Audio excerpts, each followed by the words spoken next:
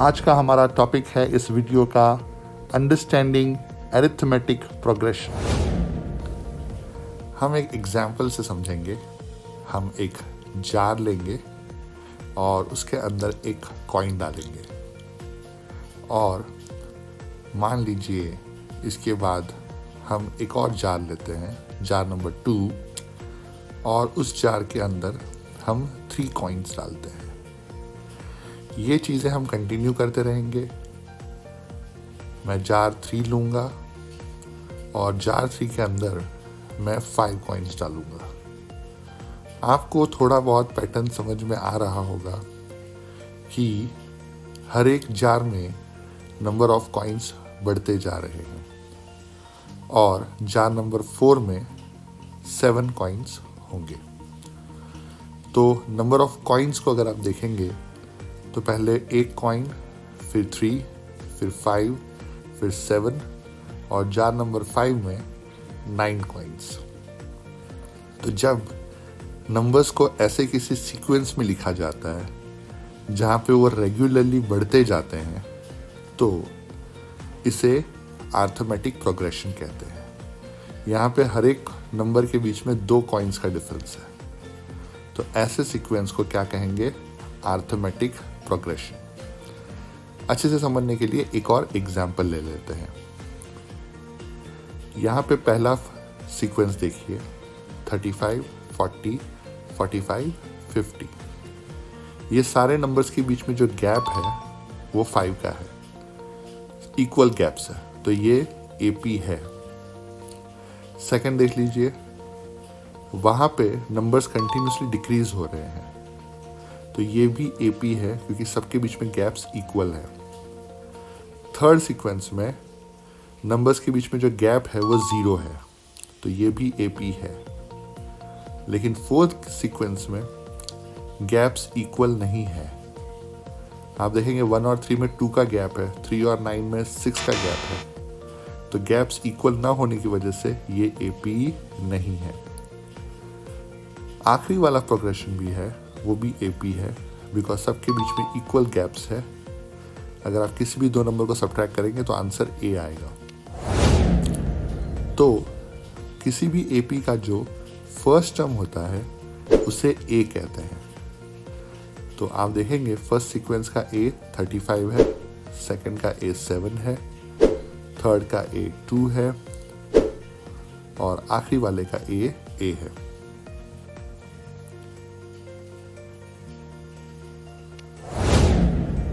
कभी भी किसी AP में 2 नंबर्स के बीच का जो डिफरेंस होता है उसे कॉमन डिफरेंस कहते हैं, जिसका सिंबल है D।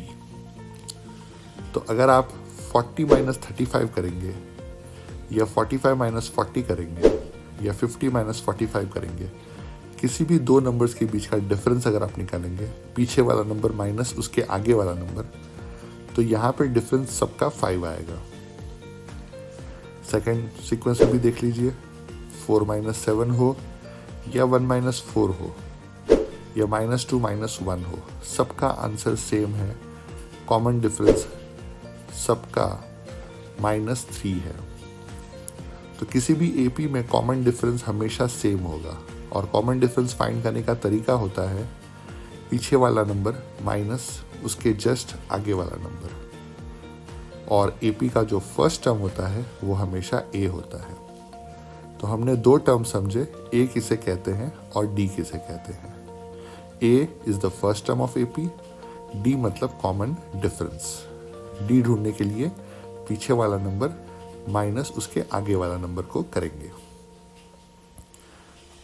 ये हमारा ओरिजिनल एग्जाम्पल था। ये जो कॉइन्स है, नंबर ऑफ कॉइन्स, वो भी एक AP थे। तो इसमें जो जार की पोजीशन होती है उससे हम N कहते हैं। ओके, जो पोजीशन ऑफ द जार, जैसे जार नंबर 3, जार नंबर 5, ये सारे हमारे N हैं। और उस जार के अंदर जितने भी कॉइन्स हैं उससे हम AN कहते हैं। जैसे अगर आप वीडियो में देखिए, थर्ड जार शेक हो रहा है, तो इसमें N क्या होगा? 3।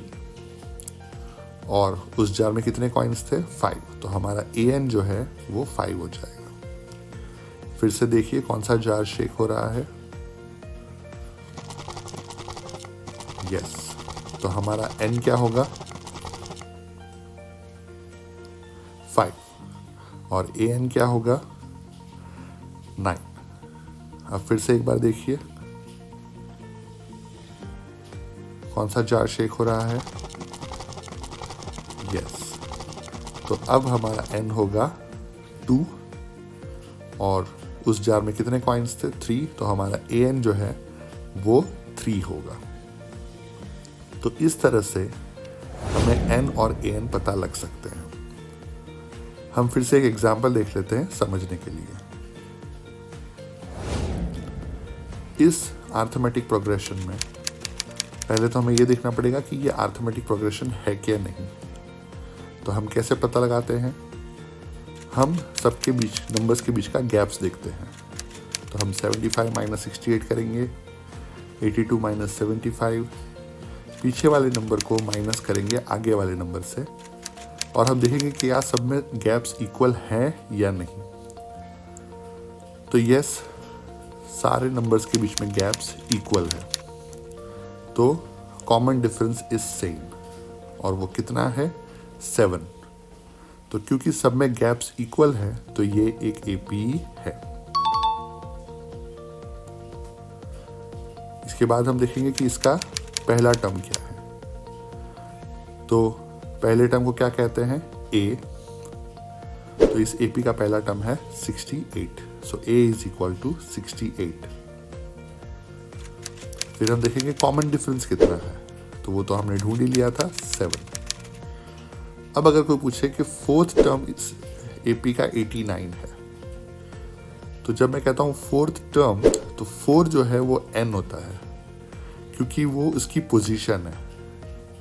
किसी भी टर्म की पोजीशन उसको N कहते हैं, और उस पोजीशन पे जो नंबर होता है, एक्चुअल नंबर होता है, उसे AN कहते हैं। तो AN उसमें 89 था। जब हम कहेंगे 6 term of this AP is 103, तो N जो है वो 6 होगा, और 6 पोजीशन पे जो नंबर है 103 उसे हम AN कहते हैं। AN 103। याद रखिए, जो पोजीशन है उसे N कहते हैं, और उस पोजीशन पे जो नंबर है उसे AN कहते हैं। अब अगर मैं कहूं इस AP का 54th टर्म क्या होगा?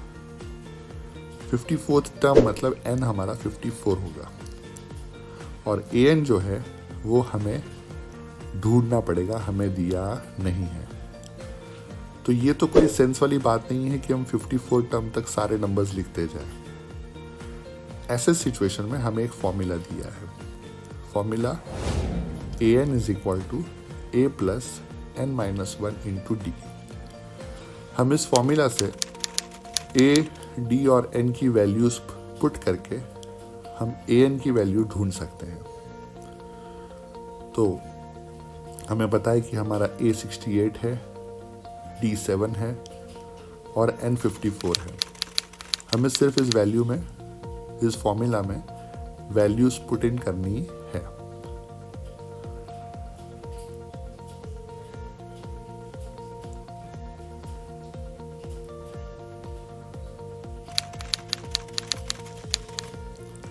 अब हमें AN का आंसर मिल जाएगा। AN का आंसर होगा 439। तो इसका मतलब ये हुआ कि इस AP में 54th पोजीशन पे जो नंबर आएगा वो नंबर है 439।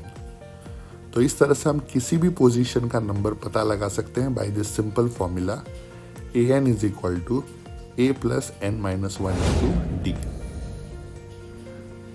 अब हम फिर से ही अपना ओरिजिनल एग्जाम्पल ले लेते हैं। ओरिजिनल एग्जाम्पल में अगर कोई पूछे आपसे कि 12th जार में कितने कॉइन्स होंगे, तो यहाँ पे तो हमें सिर्फ जार नंबर 5 तक दिया है। तो 12 जार के कॉइन्स ढूंढने के लिए हम क्या करेंगे? फॉर्मूला यूज करेंगे। फॉर्मूला हमारा है AN is equal to A plus N-1 into D। हमें पता है कि ए जो है वो फर्स्ट टर्म होता है एपी का, मतलब यहाँ पे ए 1 है। डी मतलब कॉमन डिफरेंस, तो यहाँ पे 2 है डी। एन हमारा 12 होगा क्योंकि जो जार का नंबर है वही एन होता है, और उस जार में कितने कॉइन्स हैं उसे ए एन कहते हैं। तो अगर हम फॉर्मूला अप्लाई करेंगे तो हमें मिल जाएगा A N is equal to 23। अब अगर कोई आपसे पूछे कि इस 5th जार में कितने कॉइन्स हैं, 1 से लेके 5th जार तक जितने भी जार हैं उसमें टोटल कॉइन्स कितने हैं, तो आप क्या करेंगे, सिंपली उसे ऐड कर देंगे। टोटल नंबर ऑफ कॉइन्स ढूंढने हैं आपको, सिर्फ जार नंबर 5 के कॉइन्स नहीं ढूंढने, 1 से लेके जार नंबर 5 तक सारे कॉइन्स ढूंढने हैं टोटल, तो आंसर 25 आ जाएगा। लेकिन अगर आपको कोई कहे कि 16 जार्स तक सारे जार का टोटल नंबर ऑफ कॉइन्स ढूंढना है, 1 से लेके 16 जार तक जितने भी कॉइन्स थे हर एक जार के, उस सबका टोटल ढूंढना है, तो आपको एक फॉर्मूला अप्लाई करना पड़ेगा। Sn is equal to n upon 2 bracket open 2a plus n minus 1 into D. ये एक दूसरा फॉर्मूला है जिससे हम टोटल नंबर ऑफ कॉइन्स ढूंढ सकते हैं। तो अगर आप ये फॉर्मूला अप्लाई करेंगे तो आपको total number of coins 16 jars के मिल जाएंगे। यहाँ पे n क्या होगा, 16 होगा क्योंकि हमें 16 जार्स की वैल्यू ढूंढनी है। a और d तो आपको पता ही है, a 1 होगा और d 2 होगा, तो आपको आंसर मिल जाएगा 256। एक एग्जाम्पल देख के और अच्छे से समझने की कोशिश करते हैं इस नए फॉर्मूला को। ये हमें एक एपी दिया है और आपसे पूछा गया है कि पहले 25 टर्म्स का सम मतलब कि टोटल फाइंड आउट करना है। आपको हर एक नंबर्स को ऐड करने हैं 25 टर्म्स तक। तो यहाँ पे भी आप फॉर्मूला लगा दीजिए, Sn is equal to n upon 2 bracket open 2a plus n minus 1 into D. अब हमें पता है कि इस AP में a क्या है, a जो होता है वो पहला टर्म होता है जो कि 68 है। d क्या है, d जो होता है वो कॉमन डिफरेंस है, तो इस सीक्वेंस का जो कॉमन डिफरेंस है वो 7 है, और n जो है वो 25 है क्योंकि हमें 25th टर्म तक सारे नंबर्स का टोटल ढूंढना है।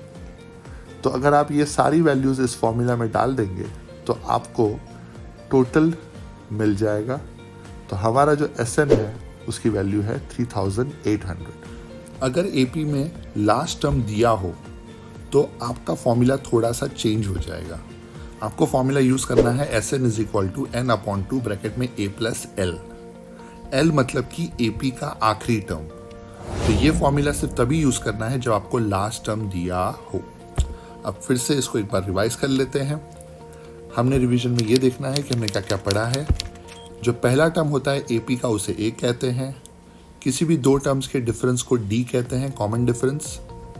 जो नंबर होता है उसकी जो पोजीशन होती है उसे n कहते हैं, और उस पोजीशन के ऊपर जो नंबर होता है उसे an कहते हैं। फ्रेंड्स, n और an में काफ़ी बच्चे कंफ्यूज्ड हो जाते हैं, तो इसको याद रखने का सबसे सिंपल तरीका यही है, AP में उसकी जो पोजीशन है, पहली position, 4th position, 5th position, उसे n कहते हैं, और उस पोजीशन पे जो नंबर लिखा है वो नंबर को an कहते हैं। एक और बात, सारे नंबर्स का जो टोटल होता है, ओके, सारे नंबर्स का, अगर हम कहते हैं 16th पोजीशन तक सारे नंबर्स का हमें टोटल चाहिए तो उस टोटल को Sn कहते हैं।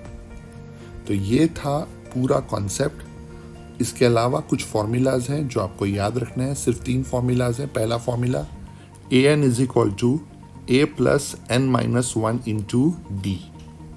ये पहला फॉर्मूला है। ये यूज़ होता है जब आपको किसी भी पोजीशन का नंबर ढूंढना है। एक AP दिया है और किसी भी पोजीशन का नंबर ढूंढना है, नंबर की वैल्यू ढूंढनी है, तो an फॉर्मूला लगाएंगे।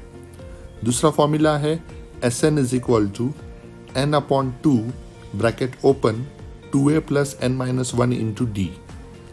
ये फॉर्मूला तब यूज़ करना है जब आपको किसी भी टर्म के सारे नंबर्स का टोटल ढूंढना है। जैसे कहा गया है कि 15th टर्म तक जितने नंबर्स है सबका टोटल ढूंढो, तो आपको ये Sn वाला फॉर्मूला यूज़ करना है। और अगर AP के अंदर लास्ट टर्म दिया हो तो यही Sn का फॉर्मूला थोड़ा छोटा हो जाएगा और वो फॉर्मूला आपका हो जाएगा S N is equal to N upon 2 bracket में ए प्लस एल। एल का मतलब यहाँ पे होता है last term of the AP. ये आखिरी वाला फॉर्मूला सिर्फ तभी यूज करना है जब लास्ट टर्म एपी का दिया हो। तो ये 3 फॉर्मूलाज अगर आप लर्न कर लेंगे और ये कॉन्सेप्ट अगर अच्छे से समझ लिया है और थोड़े सम्स अगर आप प्रैक्टिस कर लेंगे तो एपी पे आपकी ग्रिप अच्छी हो जाएगी। मेरा कॉन्सेप्ट का काम ख़त्म हुआ। Thank you very much. अगर आपको पसंद आ रहा है हमारा वीडियो तो लाइक कीजिए, चैनल को सब्सक्राइब कीजिए। तब तक के लिए अलविदा।